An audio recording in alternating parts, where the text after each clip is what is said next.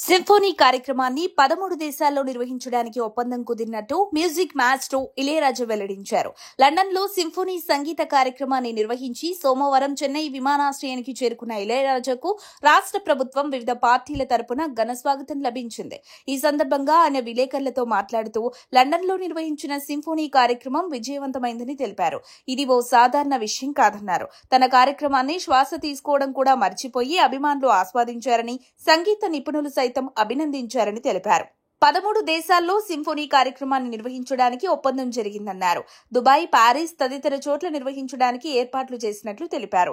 తన సింఫోనీ కార్యక్రమాన్ని డౌన్లోడ్ చేసుకుని వినవద్దని, తనను కొనియాడేవారు ప్రత్యక్షంగా సింఫోనీ సంగీతాన్ని వినాలని విజ్ఞప్తి చేశారు.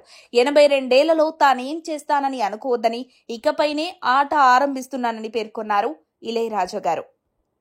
ఇళయరాజా గారి మాటలు బట్టి చూస్తే ఇక ముందు ఏం చేయబోతున్నారు అనే ఆసక్తితో పాటు ఆయన మాటల వెనుక బలమైన కారణం ఏదో దాగుందని చెప్పి నమో విశ్లేషిస్తోంది.